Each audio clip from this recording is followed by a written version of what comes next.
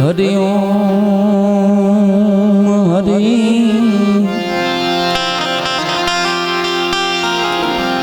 હરિ ઓમ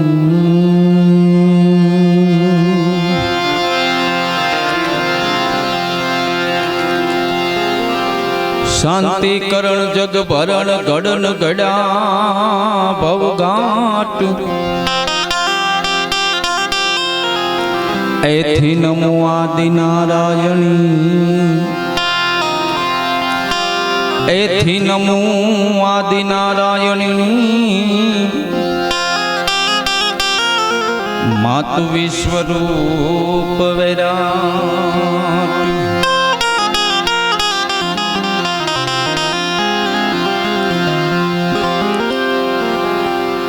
દુઃખ હરણી માં કુળદેવી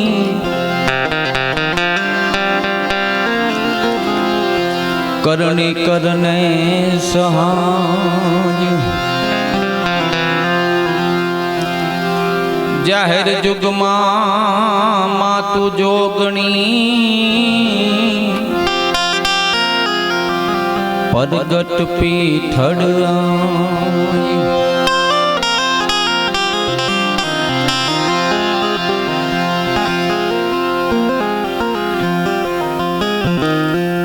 જોકે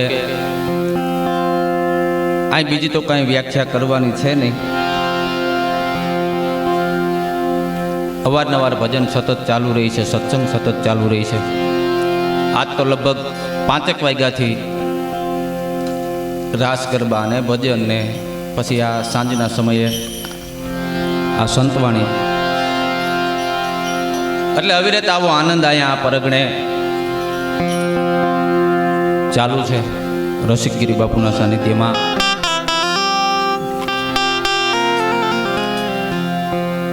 અને એમાં આજે આવવું નહોતું, નકર એમ થાય કે ઓહો મહિનામાં 3 વાર તો કેમ એકના એક માણાને સાંભળવો. પણ ત્યાં અમારા ભાઈનો એનો ફોન આવ્યો છે રાજકોટથી, મારા ગામડે એવા તેડવા અને અમારા હિરાણીભાઈને ભાઈને બધાય, એટલે આવવાનું થયું. વિષય જુદો છે, ભજનનો માહોલ છે, મારે બોલવાનો વિષય છે, સાહિત્યનો વિષય છે. એટલે 15-20 મિનિટનો જ આપણે સમય લેવો, જાજો સમય લેવો નથી. આવ્યા છે એટલે થોડું ઘણું બોલીએ એના જેવી વાત છે. નહીંતર આ પરગણે કાંઈ આવ્યા એટલે બોલવું એ ફરજિયાત એવું કાંઈ ભાઈ છે નહીં.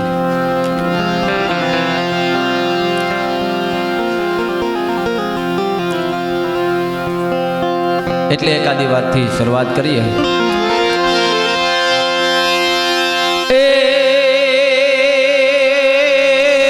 મારું તારું નો મટે જ રહી,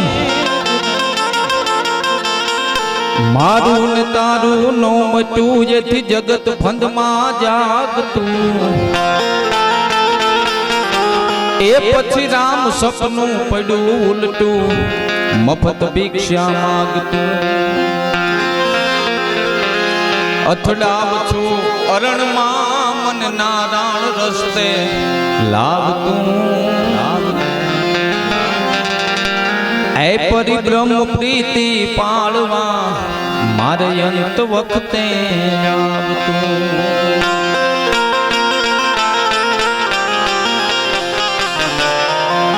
મારું અને તારું ન મટે એથી જગત ફંદે જાગતું. અને રામ સપનું પડ્યું ઉલટું, પછી મફત ભિક્ષા માગતું. અથડાવ છું હવે અરણમાં નારાયણ રસ્તે લાવતું. પરિબ્રહ્મ પ્રીતિ પાળવા મારે અંત વખતે આવતું. કેવો નારાયણ, કેવો પરમાત્મા. એ જોને એક નામથી અજા મિલતા રોજ રહી, એક નામથી અજા મિલતા રો અને ગહન છે તારી ગતિ. એ મારા કઈક જન્મના દોષ ટાળી અને મહારાજ આપો સુદમતી. પ્રાર્થના પિંગલ કરે ને દાસ જાણી તમે નિભાવજો. એ પરિબ્રહ્મ પ્રીતિ પાળમાં મારે અંત વખતે આવજો એ નારાયણ પ્રીતિ પાળવા મારે અંત વખતે આવજો. બહુ થોડી 5-10 મિનિટની વંદનાની શરૂઆત કરી અને પછી એકાદી વાત કરી અને વિરામ કરું ત્યારે બાપુ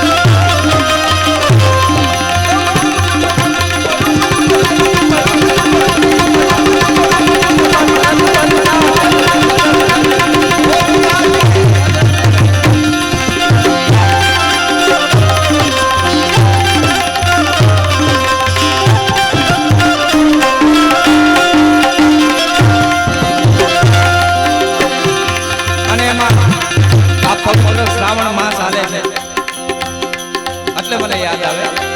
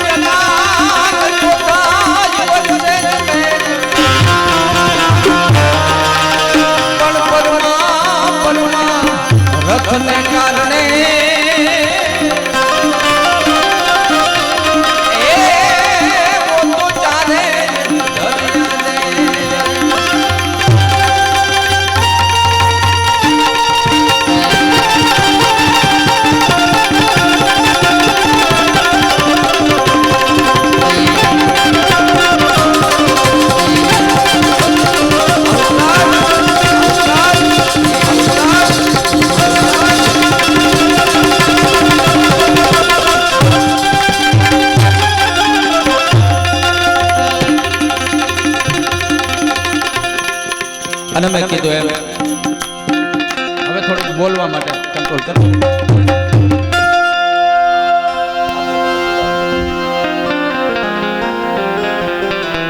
સરોવર તરોવર સંત જળા અને ચોથા વર્ષે મેઘ પરમાર્થને કારણે આ ચારેય દરિયા દે પરમ ઉપકારી જેટલા જેટલા જીવાત્મા છે એમાં જેની નોંધ લીધી જેની ગણના કરી થોડી વાર જ બોલવું છે મારે સરોવર એને પરમ ઉપકારી કીધું એ પાણીનો સંગ્રહ કરે પણ બીજાને માટે તરોવર કહેતા વનસ્પતિ એ ઉપકારી સંત જળ સાધુને ઉપકારી કીધા આપણે ત્યાં વાણીમાં એના ઉલ્લેખ થયા છે હે ઝાડવા પોતે રે પોતાના ફળ નથી ખાતા રે ઉપકારી આત્મા રે ઉપકારી કીધા કોને કોને ક્યાં જીવને ઉપકારી કીધા વગડે રખડતી ભાજી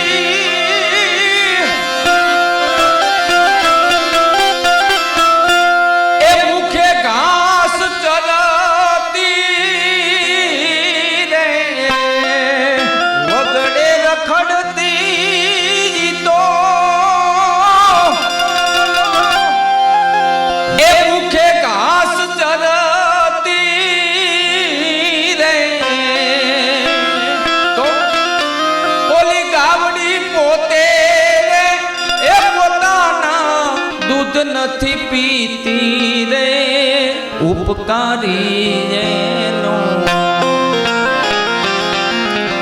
ગાવડી પોતે રે પોતાના દૂધ નથી પીતી રે ઉપકારી એનો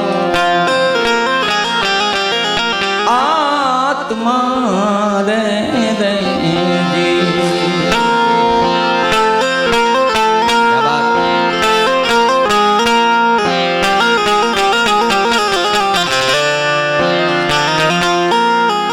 ઝાડવા પોતે રે પોતાના ફળ નથી ખાતા રે ઉપકારી એનો. એમ સંતો પણ જે કાંઈ સર્જન કરે છે પરમાર્થિક કાર્યને માટે. અને મને યાદ આવે એટલે યાદી કરું કે ટૂંકા સમય થા બાપુ અહીંયા જે કાંઈ નિર્માણ કરશે પછી એનું એવું થોડું નક્કી છે કે બાપુ આખું પોતાનું જીવન અહીંયા પસાર કરવાના છે. આ તો બની ગયા પછી કદાચ નીકળી પણ જાય તો કામ કોને આવવાનું છે? એ પરોપકારી કાર્ય થયું ને, માત્ર ને માત્ર નિમિત્ત બની. અને એવા તો હું તમે એનાથી તો પરિચિત છીએ રસિકગીરી બાપુથી તો, કે અનેક આશ્રમો જેમાં શૂન્યમાંથી સર્જન કર્યા પછી ઘણું બધું બનાવ્યા પછી એ આશ્રમો ત્યાં હોપી અને પાછા નીકળી ગયા હોય. એવા તો આપણે મારી નજરમાં મેં એવા તો 5 દાખલા જોયા છે. એટલે કીધું કે એને ઉપકારી કહેવામાં આવ્યો છે. બરાબર. એક મધદરિયાની માલિકોર, એક હુડકામાં સંસારી મારા ને તમારા જેવા 5 જીવાતમાં બેઠેલા, એક સાધુ. સાધુની વ્યાખ્યા છે એટલે ભલે આપણે ઘરના બેઠા છીએ પણ ભજન તો હાંકવાના છે, એટલે હું બોલવાનો છું, ભજન એ કરવાના છે બધાને, એટલે કાંઈ પાબંદી વાળું છે નહીં.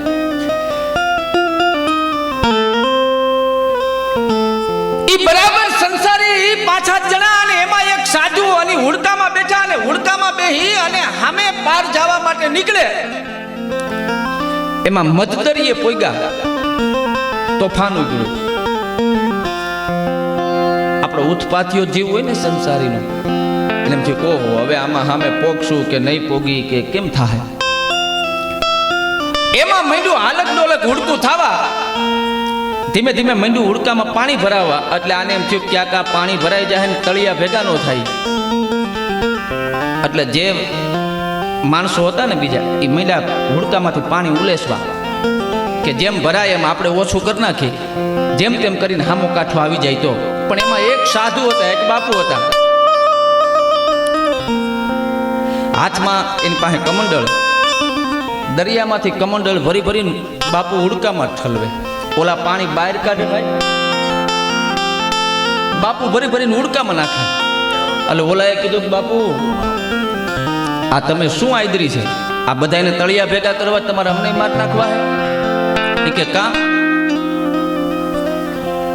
કે અમે બધા પાણી ઉલેસી છીએ, જેમ તેમ કરીને સામે કાંઠે પોગી જાય અને તમે ગાંઠનું આમાં નાખો છો, આ હુડકામાં તળિયા ભેગા કરવા છે. બાપુ કે એવું કાંઈ છે નહીં. કે તો કે હું તો ભગવાનને એટલો સંદેશ આપું છું, ઈશ્વરને, કે જો તે ધારી છે ભાઈ તારે જો અમને બધાને તળિયે જ લઈ આવવાય છે તો અમારી એકઈ તાકાત છે નહીં કે અમે તારા હાથમાંથી બચી શકીએ. એટલે હું તો કુદરતને મદદ કરું છું અને કદાચ જો એને પાર પોગાડવાય છે તો આમાં ગમે એટલું પાણી ભરાય તો એ પાર પહોંચી શકશે.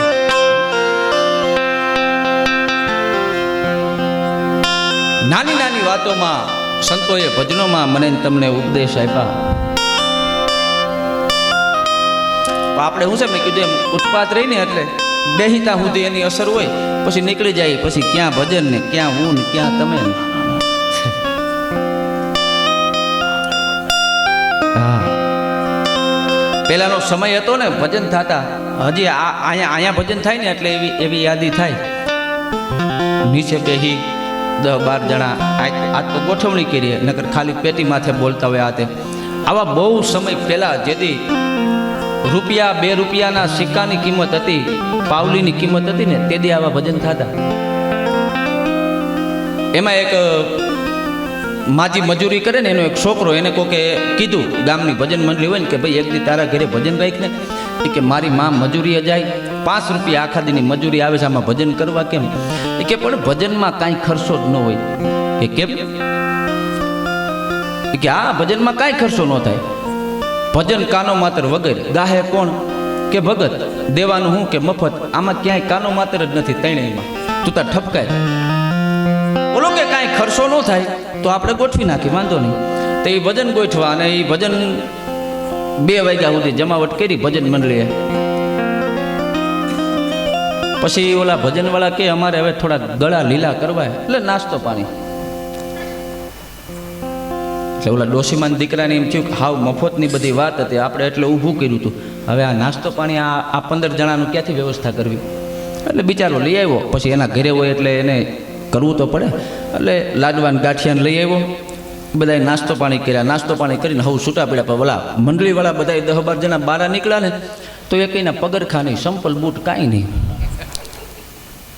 એટલે આવડા કે અમારા આ બૂટ સંપલ ગયા ક્યાં? એટલે તા ઓલો ડોશીમાન દીકરો બારો નીકળ્યો. એ કે ભાઈ હું ફરસાણવાળા અહીંયા ગીરવે મૂકી આવ્યો છું અને એના લાડવાન ગાંઠિયા લઈ આવ્યો છું. હવે તમારી રીતે ભાગ્ય ભરતા દેતા જાઓ. જેણે કોઈ 2 લાડવા ઉલાડ્યા, કોઈ 3 ઉલાડ્યા.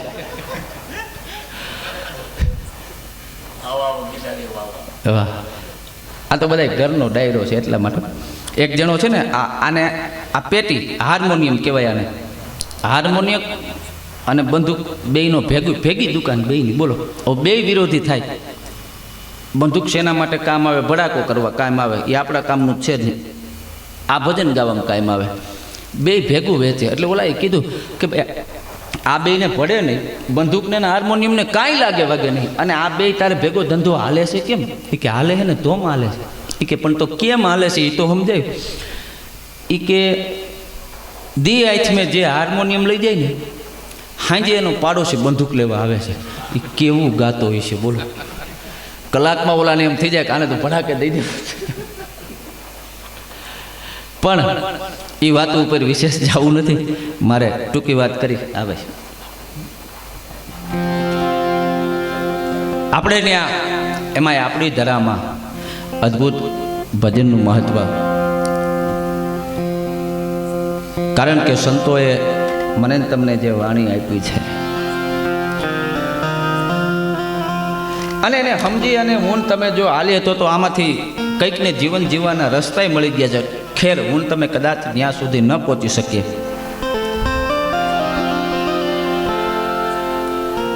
દાદ બાપુની એક ટૂંકી કવિતામાં 2 કડીમાં એની આજુબાજુ થોડુંક બોલી અને મારા શબ્દોને વિરામ આપું.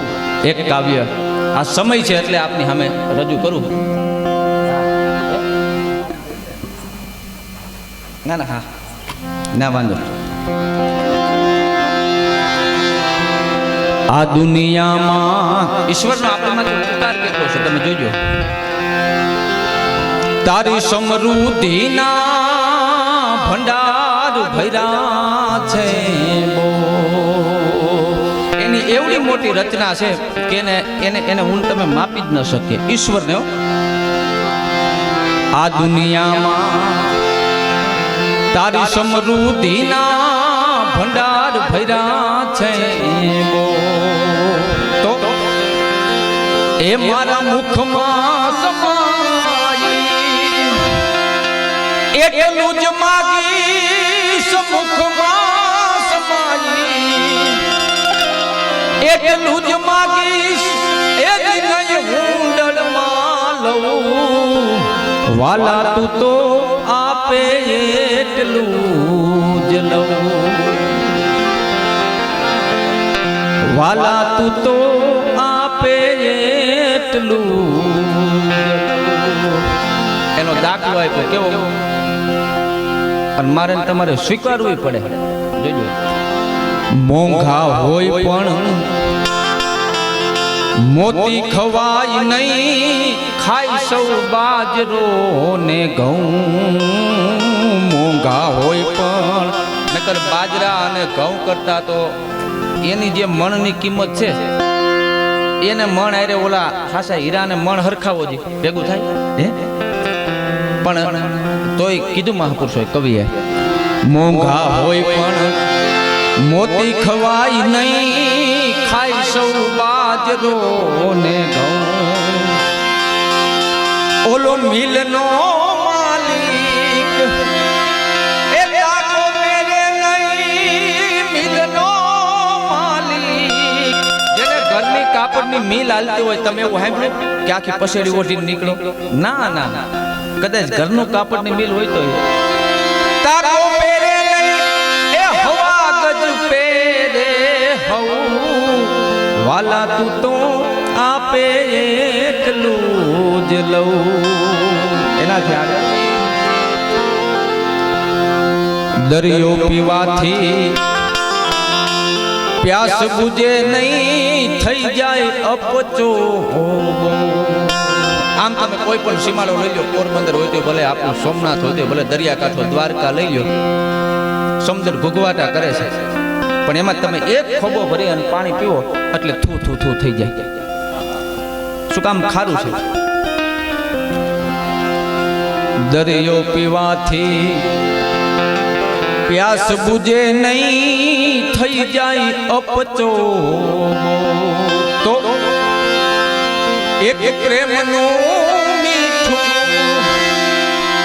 એ ઝરણું મળે તો ભાઈ પ્રેમનું મીઠું એ ઝરણું મળે તો એ જ અમૃત ઘૂંટડા લઉં વાલા તું તો આપે એટલું જ લઉં અને છેલ્લી કડીમાં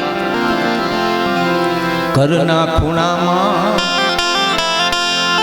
ઘનશ્યામ મળે તો હાલું સિદ્ધ ગાવના ગામ શ્યારધામ કે જે કાંઈ કયો તે આડા હવળા ગમે ત્યાં દેવ દર્શન જાવું જોઈએ એમાં ના નથી એનો કોઈ વિરોધ પણ નથી પણ એ પેલા ઘરના ખૂણામાં મને ઘનશ્યામ મળે તો હાલું સિદ્ધ ગાવના ગામ ઈ ઘરના ખૂણામાં ઘનશ્યામ કોને કીધા માવતરને કીધા એને દુભાવીને પછી તમે ગમે ત્યાં જાત્રા કરી આવો તો એમાં કોઈ એનું કોઈ ફળ છે નહીં ભાઈ